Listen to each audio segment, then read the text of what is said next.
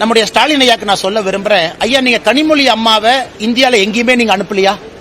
ஹத்ராஸ்க்கு நீங்க அனுப்பல? இல்ல ஸ்டாலின் ஐயாக்கு நான் தெரியாம கேட்கிறேன். உத்தரப்பிரதேசத்துக்கு தமிழகத்தினுடைய பாரதிய ஜனதா கட்சி எம்பிக்கள் யாரும் போகல. கனிமொழி அவங்க போகலின்னு முதலமைச்சர் அவங்க நெஞ்சில கை வச்சு சொல்லட்டும். கனிமொழி அவர்கள் போகும்பொழுது போனது தப்புன்னு நாங்க சொன்னோமா? போகட்டும், பார்க்கட்டும், அவங்க கருத்தை அவங்க சொல்லட்டும். ஹத்ராஸ் என்ன நடந்துச்சுன்னு அவங்க சொல்லட்டும். அதை முதலமைச்சர் செஞ்சார் இல்லீங்களா? முதலமைச்சர் எதிர்க்கட்சியாக 10 ஆண்டு காலம் தமிழகத்தில் இருக்கும் பொழுது திராவிட முன்னேற்ற கழகத்தினுடைய எம்பி குழு எங்கேயுமே போகலையா? போனாங்க. போகட்டும், பார்க்கட்டும், செய்யட்டும். அதே தான் இன்னைக்கு தமிழகத்தில் வந்திருக்கக்கூடிய என்டிஏ குழு. அவர்களுக்கு உரிமை இருக்கு வர்றக்கு. அவங்க பாக்குறாங்க, நிறைகுறைகளை கண்டுபிடிக்கிறாங்க. அதை முதலமைச்சருக்கு நேரடியாக அனுராக் தாக்கூர் அவர்கள் ஒரு கடிதம் மூலமா எழுதியிருக்கிறாங்க. அந்த ரிப்போர்ட்டை பத்தி எனக்கு தெரியாதுங்க. அது தேசிய தலைவர்கிட்ட எப்ப கொடுத்திருக்காங்கன்னு.